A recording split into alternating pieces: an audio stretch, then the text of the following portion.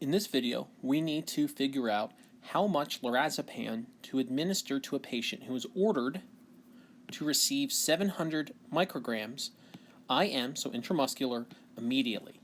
What's available to us is lorazepam 2 milligrams per milliliter.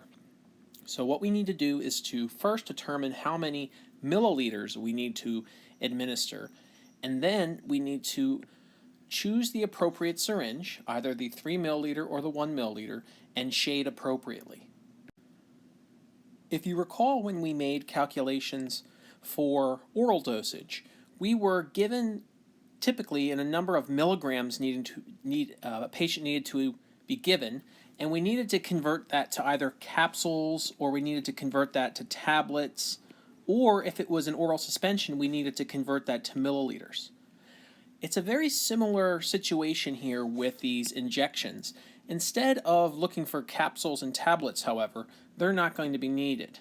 We're typically going to be finding the number of milliliters the patient needs to be administered, and instead of giving it by mouth, we would be choosing one of the syringes and filling the syringes to that point. So the approach to calculate the number of milliliters is very similar. We first think about what the patient needs to receive. And in this example, that amount is 700 micrograms.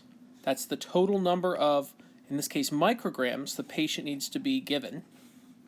And that's an amount of a mass here, or weight, micrograms. And they're going to be floating around in what's available to us. And what's available is a ratio of 2 milligrams to milliliters. So what I need to do is to figure out, when I'm done with my calculation, the total number of milliliters the patient needs to receive. But if I look at what's available to us, the strength of the medication is not micrograms to milliliters. It's not a ratio of micrograms to milliliters. It's milligrams to milliliters.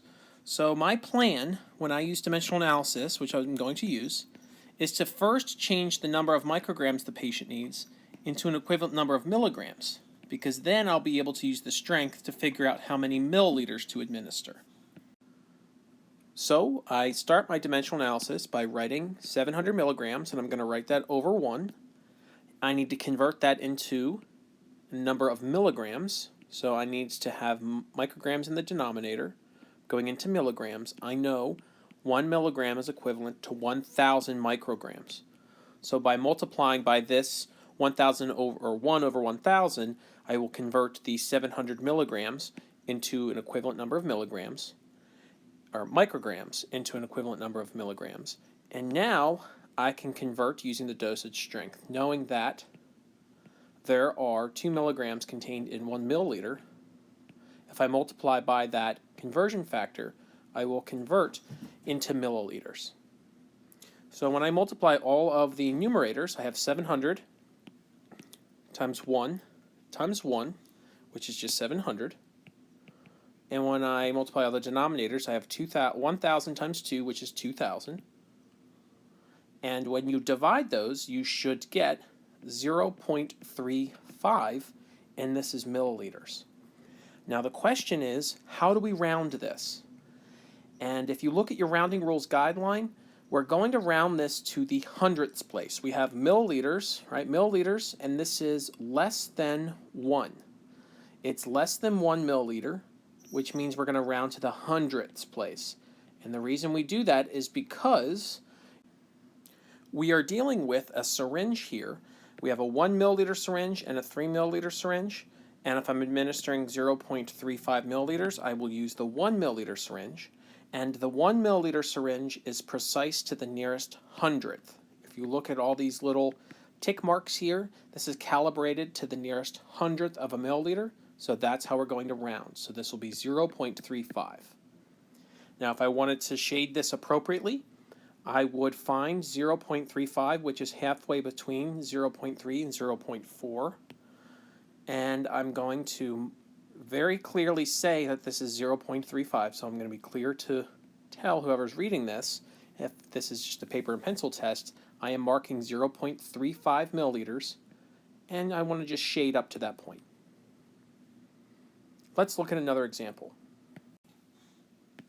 In this next example, we are told that a patient needs to be given Zithromax 300 milligrams IV every day. And what's available to us, we have a 500 milligram vial, and it's of this powdered Zithromax, and we're given reconstitution instructions. So we need to reconstitute this to 100 milligrams per milliliter with 4.8 milliliters of sterile water. So what we'll be doing is adding this sterile water, and what we know once we add that sterile water, what we will have is a strength of 100 milligrams per 1 milliliter. So this is the strength. This is what's the most important part of the medication here.